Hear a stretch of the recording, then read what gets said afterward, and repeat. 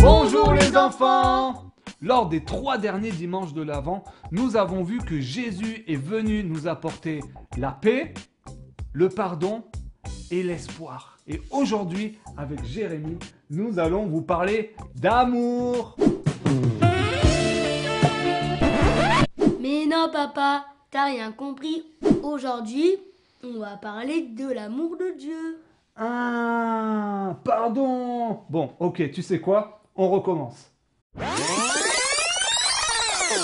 Bonjour les enfants! Lors des 3 derniers dimanches de l'Avent, nous avons vu que Jésus est venu apporter le pardon, la paix et l'espoir. Et aujourd'hui, avec Jérémy, on va vous parler d'amour. De l'amour de Dieu, évidemment! Savais-tu, Jérémy, que dans la Bible, il est dit que Dieu nous aime comme un père aime ses enfants? Voyez à quel point le Père nous a aimés. Son amour est tel que nous sommes appelés enfants de Dieu. Et c'est ce que nous sommes réellement. Papa, son prix, je vais leur montrer un exemple. Ok, c'est parti!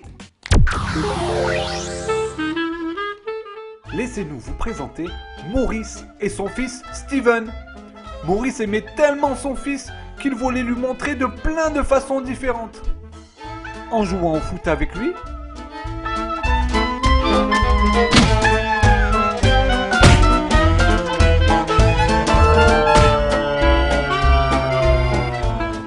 en lui disant souvent qu'il l'aime.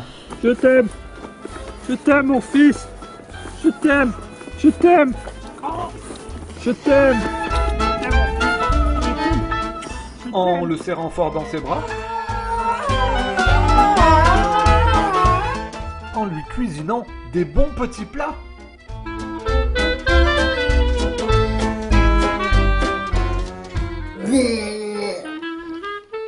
En lui offrant des super cadeaux.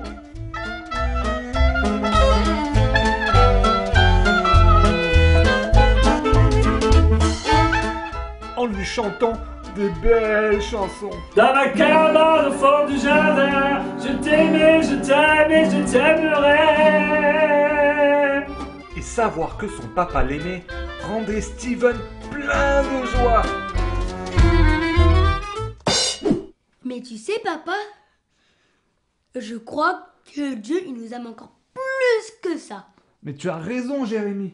Et la Bible nous dit que Dieu, il nous aime tellement qu'il a envoyé son fils Jésus sur la terre pour nous sauver. Et c'est ça la véritable histoire de Noël. Regardez ça, les enfants. Quand Marie est tombée enceinte, elle et son fiancé Joseph devaient descendre à Bethléem.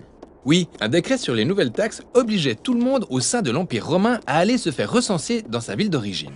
Et il y avait tellement de visiteurs à Bethléem pour cette occasion qu'ils n'ont pu avoir aucune chambre de libre. Le seul endroit qu'ils ont pu trouver était une étable, là où dorment les animaux. Et non loin de là, se trouvaient des bergers avec leurs troupeaux. Quand tout à coup, un ange apparaît. Ils sont bien entendu effrayés, mais l'ange les invite à se réjouir car cette même nuit, un sauveur est né à Bethléem. Ouais. Il leur dit d'aller trouver ce bébé qui est le Messie, et qu'ils le reconnaîtront en le voyant emmailloté dans une mangeoire d'animaux. Plutôt crasseux comme cadre. Vraiment. Par la suite, ces bergers, tout aussi malpropres, finissent par trouver le nouveau-né dans le lieu répugnant indiqué. Mais ça ne les empêche pas d'être sidérés par leur expérience. Ils retournent chez eux en se demandant « C'est quoi ce truc de dingue qui se prépare ?» Tout ça est vraiment bizarre. En fait, si Dieu doit vraiment venir sauver le monde, personne ne s'attend à ce que les choses se passent ainsi. Il naît dans une étable, d'une jeune mère quasiment adolescente, et il est accueilli par des bergers anonymes. C'est tout à fait ça. Dans le récit de Luc, tout est fait à l'envers. Et c'est le but en fait. Il souligne que le royaume de Dieu s'est révélé en premier lieu dans ces endroits malpropres, parmi les pauvres, justement parce que le salut apporté par Jésus inverse complètement notre ordre mondial.